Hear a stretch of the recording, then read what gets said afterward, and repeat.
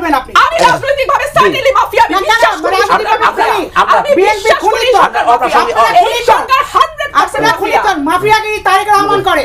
আমার মাননীয় প্রধানমন্ত্রীর জন্য খারাপ লাগে এই কারণে যে উনি নানান রকম অপবাদ ঘাড়ে নিয়েও তার দলকে যে কোনো উপায়ে ক্ষমতায় আনছেন, রাখছেন, 300 জন এমপিকে বিনা ভোটে সংসদে রাখছেন এবং তাদের নানান রকম সুযোগ সুবিধা তারা পাচ্ছে এই ভদ্রমহিলার কল্যাণে।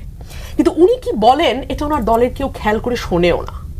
আমি কয়েকটা হেডলাইন বলি। বাংলা ট্রিবিউন 30 মে 2018, ভারতকে যা দিয়েছি সারা জীবন মনে রাখবে শেখ হাসিনা। ntvbd.com, ভারতকে যা দিয়েছি সেটা তারা সারা জীবন মনে রাখবে। 30 মে 2018। আগের লাইনগুলি পড়েন। আমি শুধু একটা লাইনই বলেছিলাম। গ্লাসে অর্ধেক পানির মতো কথা বলেন। তাহলে ওনার পুরো বিবৃতি পড়ি। ওকে ফাইন, চলেন, ওই সময় যদি থাকে চলেন আসেন, পুরো বিবৃতি পড়ি।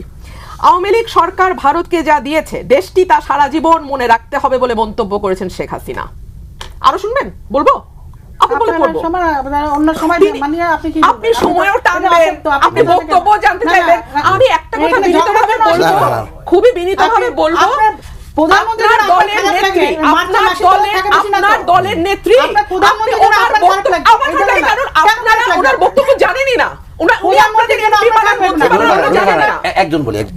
প্রধানমন্ত্রীর জন্য খারাপ লাগলে, যদি খারাপ লাগতো সেটা আপনার বাবার লাগতে পারতো, বা আপনার বাবার জন্য আপনার বাবা বঙ্গবন্ধুর জন্য আপনার বাবার খারাপ লাগতো। আপনি তো প্রধানমন্ত্রীর জন্য খারাপ লাগবে না।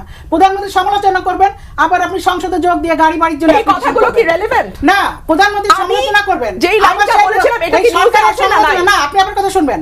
প্রধানমন্ত্রী সমালোচনা করবে, এই লাইনটা কি উনি বলেছেন না বলে নাই? মানে মাফিয়া, আবার সেই মাফিয়া সরকারের কাছে উনি অ্যাপ্লিকেশন করে জমি নেবেন, গাড়ি নেবেন, সেটা কেন চাইবেন? আপনি কি করে জানেন? আমি জমি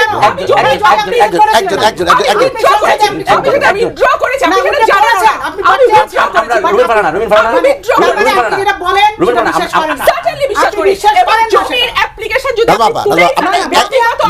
কেন বলবেন আপনি? আমি রাজনৈতিকভাবে সার্টেনলি মাফিয়া, আমি বিশ্বাস করি বিএনপি খুনি তো, এই সরকার 100% খুনি তো, মাফিয়াগিরি তারেক রহমান করে। মাফিয়া সরকার করেছেন।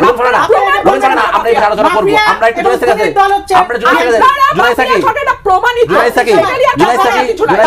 সময় কেন নাজমা, আমরা একটু